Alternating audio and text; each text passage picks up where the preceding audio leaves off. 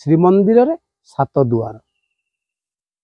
महाप्रभु जो गर्भगृह रत्न सिंहासन बसी से दारु ब्रह्मंकर सम्मुखर जो प्रथम द्वारटी आम देखुचे ना ताकू कलाहाट द्वार बोली कह जाए।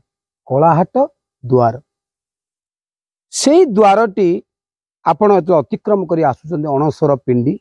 से अणसर पिंडीर दक्षिण पार्श्व को दक्षिण दिग को जितेबाला आम मुक्ति मंडप आड़ को जाऊे अणसर पिंडी से द्वारटीर नाम होउची बेहरण द्वार। कहीं ये कथा कहवा आमे चेष्टा करुचे इच्छा करिचे जे बहुत समय रे जिते आमे टीवी पर्दार हो कौन सी सोशल मीडिया रे हो गोटे बेहरण द्वार निकट रे यही नीति है आमे बेहरण द्वार कौटी तेणु जानी दरकार। से अणसर पिंडी ठिया होई आपण गरुड़ आड़ को जो जाऊँ जगमोहन को से द्वारटी गोटे रोचे से द्वार नाम हूँ जय विजय द्वार। जय आ विजय महाप्रभुंकर द्वारपाल अति प्रिय विष्णुदूत से माने अछंती जय विजय द्वार।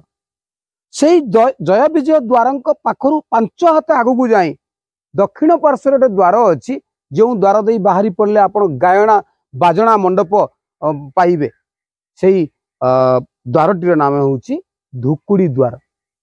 एवं से धुकुड़ी द्वार सम्मुख भाग अर्थात आपण जो धुकुड़ी द्वार सम्मुख भाग जो उत्तर पटक रोचे द्वारटी घंटी द्वार गोटे बड़ घंटी थुआई एक वैशिष्ट्य महाप्रभुंकर से घंटी भक्तर वैशिष्ट्य रही। आउ पुणी आम गरुड़ पाखक पाखापाखि तो पलि जाऊे गरुड़ आड़ को से गरुड़ पाख जितेबाला हो जाऊे दक्षिण पटर पंडा द्वार। आउ तार विपरीत द्वारटी हूँ सात पाहाच द्वार। सात पाहाच द्वार जितेबाला महाप्रभु घोषयात्रा रथयात्रा श्रीगुंडीचा दिन बाहरती आउ नीलाद्रि विजय दिन फेरी आसती बाहुड़ी आसती श्रीमंदिर को से सात पाहाच द्वार दे।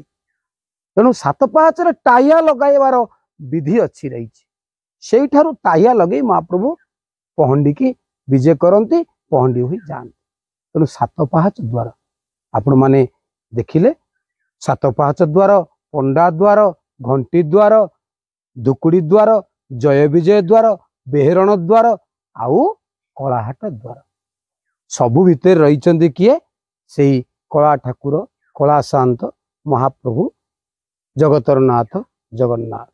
जय जगन्नाथ।